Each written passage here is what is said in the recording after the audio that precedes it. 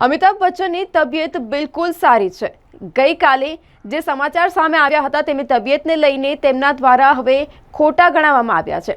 જી હા, ગઈકાલે એક માહિતી સામે આવી હતી કે અમિતાભ બચ્ચન બીમાર છે, તેને જ લઈને તમામ ચાહકો પરેશાન થયા હતા। જણાવવામાં આવ્યું હતું કે અમિતાભ બચ્ચનને કેટલાક પગમાં ક્લોટ્સ હતા અને તેને લઈને એન્જિયોપ્લાસ્ટી કરાવવા માટે હોસ્પિટલમાં દાખલ કરવામાં આવ્યા છે।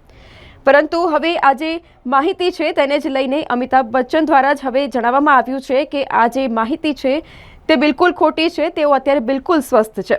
આ સાથે જ તેમણે એ પણ કહ્યું હતું કે બિગ બીએ વાત કહી હતી કે ખરેખર શુક્રવારે સાંજે તેઓ અમિતાભ તેમના પુત્ર અભિષેક બચ્ચનની સાથે Indian stream premier league match જોવા માટે પહોંચ્યા હતા અને આ જ સમયે તેમની તબિયત બગડવાના સતત જે સમાચાર હતા તેમની ઉપર તેમના દ્વારા પૂર્ણ વિરામ મૂકવામાં આવ્યો છે।